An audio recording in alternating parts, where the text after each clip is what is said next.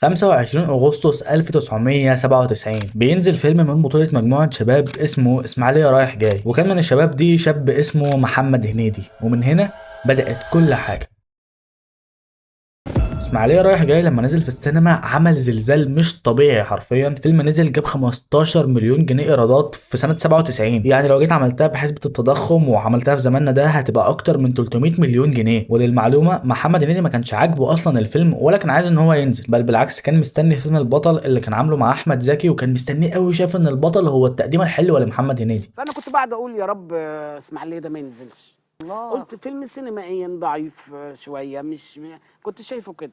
نزل الفيلم انا ما روحتش. بس اللي حصل اللي ولا هنيدي توقعه ولا اي حد اصلا توقعه ان الفيلم نجح وكسر الدنيا. وكمان هو كان نازل في سنه مش سهله، يعني سنه كان فيها عادل امام ببخيت وعديله الجزء الثاني، ونور الشريف لوحده كان عنده فيلمين منهم المصير اللي كان اخراج يوسف شاهين. تخيل معايا كده ان حبه شباب جم عملوا فيلم ب 3 جنيه واحتلوا الدنيا حرفيا. فالمنتجين خدوا محمد هنيدي وعملوا بيه صعيدي في الجامعه الامريكيه سنه 1998، وهنا هنيدي تحول من مجرد كوميديان شاب قصير ودمه خفيف لواحد يعتبر هو قائد الجيل الجديد. هنيدي قدم في اول بطوله ليه ناس كتير جدا زي احمد السقا ومنى زكي وغادة عادل وهاني رمزي وفتحي عبد الوهاب وطارق لطفي، وقدمهم في فيلم مش عادي، حاجه عملت ثوره في السينما. الفيلم ده يا جماعه وقت نزوله في سنه 98 جاب 27 مليون جنيه، يعني برضه لو جينا نحسبها بحساب التضخم و2026 ومش عارف ايه هيبقوا اكتر من 500 مليون جنيه. وهنا يا جماعه رسميا هنيدي بقى نجم، وخلى نجوم الجيل اللي قبله زي عادل امام ونور الشريف يبداوا يفكروا احنا ازاي هنواكب الجيل ده. بس المهم ان بعدها بسنه في سنه 1999 هنيدي بينزل باحسن فيلم ليه في التسعينات،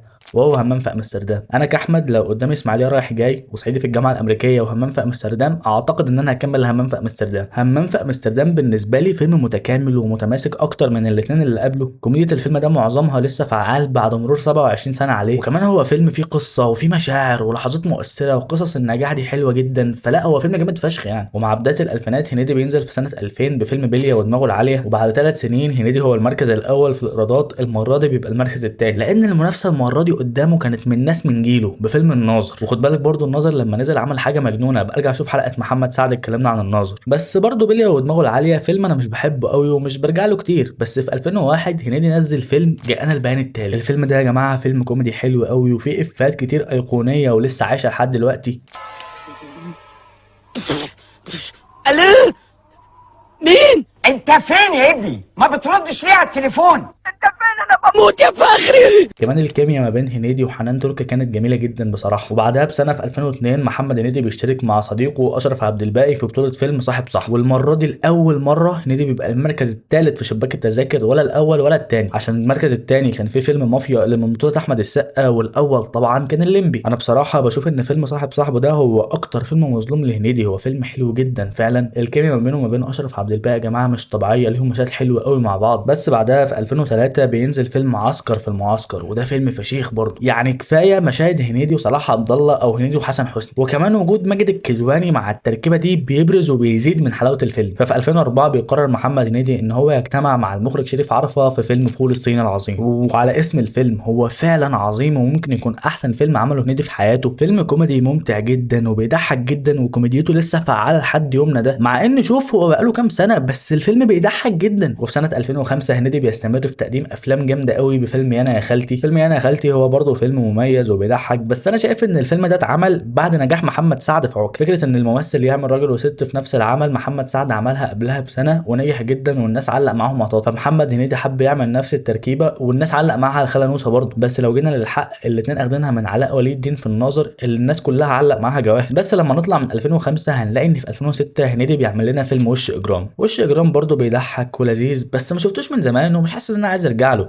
بس بعدها في 2007 بيعمل عندليب الدقي. انتوا مش فاهمين انا بحب عندليب الدقي ده ازاي، ولا انا حتى فاهم. عندليب الدقي فيلم فيه كل المقومات اللي تخليه وحش، بس هو فيلم جامد قوي. والفيلم ده هو ثالث فيلم لهنيدي بعد صعيدي وهمام في امستردام يبقى بيدعم فيه القضيه الفلسطينيه. يا جماعه محمد هنيدي زينا كلنا بيعشق يطلع علم اسرائيلي يتف عليه او يحرقه او يكسره، يعني حرفيا دي هوايه محمد هنيدي. افتح اي فيلم ليه هتلاقيه بيعمل حاجه في عالم اسرائيل. وكمان الفيلم ده كان فيه واحد من اكتر الاغاني اللي سمعناها في الطفوله البطوله تقريبا، وهي مين حبيب بابا. بس بعد عندليب الدقي هنيدي عمل فيلم مختلف جدا وهو رمضان مبروك ابو العالمين حموده. هتسالني ليه رمضان مبروك فيلم مختلف مع انه كوميدي زي كل اللي قبله؟ هقول لك لا، لان دي اول مره محمد هنيدي يعمل كاركتر مختلف، كاركتر ليه طريقه كلام وشكل وصفات مميزه، وهنيدي ابدع فيها بصراحه وطلع منها كوميديا حلوه قوي. وتقريبا في 2014 محمد هنيدي خد نفس الشخصيه وعمل بيها مسلسل، بس انا ما شفتوش فمش هتكلم عنه. لكن تعالى نرجع ل 2009 لما هنيدي نزل بامير البحار. امير البحار انا برضو بحبه قوي ومن افلامي المفضله لمحمد هنيدي. فيلم حلو قوي ومختلف وكوميديته جديده وتجميعه ابطاله حلوه. يعني الفيلم ده تقريبا في اعظم بلطجي في تاريخ السينما المصريه، ممس محمد محمود في ممس يا جماعه مش طبيعي بجد، شوفوا مشاهده تاني. وبعد 13 سنه محمد هنيدي بينزل فيهم افلام ورا بعض، بيجي بعد فيلم امير البحار ويهدى ويقعد 3 سنين مش بيعمل افلام عشان يرجع لنا في سنه 2012 بفيلم تيتا رهيبه. تيتا رهيبه هو فيلم بيضحكني جدا يا جدعان. كفايه كيمياء محمد هنيدي مع باسم سمره، او شيل محمد هنيدي، كفايه مشاهد باسم سمره لوحده. باسم سمره مش طبيعي. وهنيدي برضو المره دي عمل كاركتر مختلف بشكل ونبره صوت وطريقه كلام. صراحه انا بحب الفيلم ده جدا مع اني بكره شخصيه الجده، شخصيه بغيضه يا جماعه. وبعد ما محمد هنيدي عمل تيتا رهيبه غاب 3 سنين تاني عن السينما عشان يعمل لنا فيلم يوم ملوش لازمه. انا لسه شايف الفيلم ده من يومين تقريبا، وهو اخر فيلم حلو لمحمد هنيدي، وهو حتى مش حلو قوي، هو فيلم متوسط، في حاجات بتضحك وحاجات لا. بس في 2017 محمد هنيدي يعمل كارثه فنيه اسمها عنتر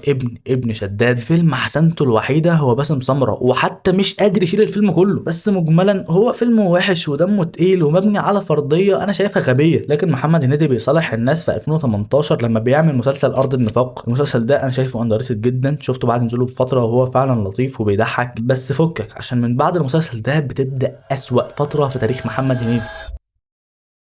في سنة 2021 وبعد غياب 4 سنين عن السينما محمد هنيدي بيرجع بفيلم جديد مع المخرج شريف عرفة. انت واحد كان اخر فيلم ليك فيلم وحش جدا وما يتشافش، ورجع لنا المرة دي مع المخرج اللي عمل معاك فول الصين العظيم. انت فاهم احنا فين؟ عشان يقدموا لنا اوحش حاجة ممكن تشوفها في تاريخ الاتنين، فيلم الانس والنمس. الانس والنمس ده يا جماعة كان قدامه كتير وما عملش منه اي حاجة. فيلم انا حاولت اشوفه كتير واديله فرصة واكمله ومش عارف ايه، انا بجد مش بقدر. ولو مش عارف فدي معلومة على جنب، الفيلم ده اصلا في الاول كان بتاع اكرم حسني مش محمد هنيدي، وانا شايف ان ده قرار عبقري من اكرم حسني ان هو رفض الفيلم ده. بس بعدها بسنه على طول محمد هنيدي بيعمل في 2022 فيلم نبيل الجميل اخصائي تجميل. بص انا ما شفتش الفيلم ده، بس الاراء والريفيوهات على النت وحشه جدا، بس انا مش هتكلم عنه يعني. لكن تعالى لي بقى في 2023 لما محمد هنيدي بيعمل مرعي البريمو. محمد هنيدي بيروح يجيب المخرج سعيد حامد اللي عمل له صعيدي في الجامعه الامريكيه، ويطلع في اللقاءات يقول انا عامل فيلم مختلف وفيلم بيموت من الضحك وي وي وي عشان نشوف مرعي البريمو وندرك ان احنا قدام مزبله. مرعي البريمو يا جماعه فيلم سافل في الوحاشه، فيلم قليل الادب في النتانه. انا كنت متعشم جدا جدا في الفيلم ده، بس هو فعلا فيلم ما يتشافش. ومن بعديه غاب هنيدي سنتين عشان يرجع لنا في 2025 بمسلسل شهاده معامله اطفال، والسنه دي بفيلم الجواهرجي. وبصراحه انا برضو ما شفتش الاثنين، بس الاراء عنهم مش احسن حاجه برضو، وفي ناس كتير مش عاجبهم. ففي الاخر محمد هنيدي هو كوميديان عظيم وكان في فتره قائد الجيل الجديد، بس اتمنى يرجع خطوه لورا ويبدا يشتغل مع ناس من الجيل الجديد بتاعنا دلوقتي. يعني فيها ايه مثلا لو عملت ابو عصام عمر، اخو مصطفى غريب الكبير، عم طه دسوقي، او اشتغلت مع مخرجين ومؤلفين شباب بيعملوا حاجات حلوه وبتضحك. اتمنى من كل قلبي محمد هنيدي يرجع زي الاول. بس اهم نقطه معانا في حلقه النهارده انك لو لسه مكمل لحد هنا فانا بحبك لانك جدع، فكمل جدعنتك دي باللايك والشير والسبسكرايب. وبس كده، سلام.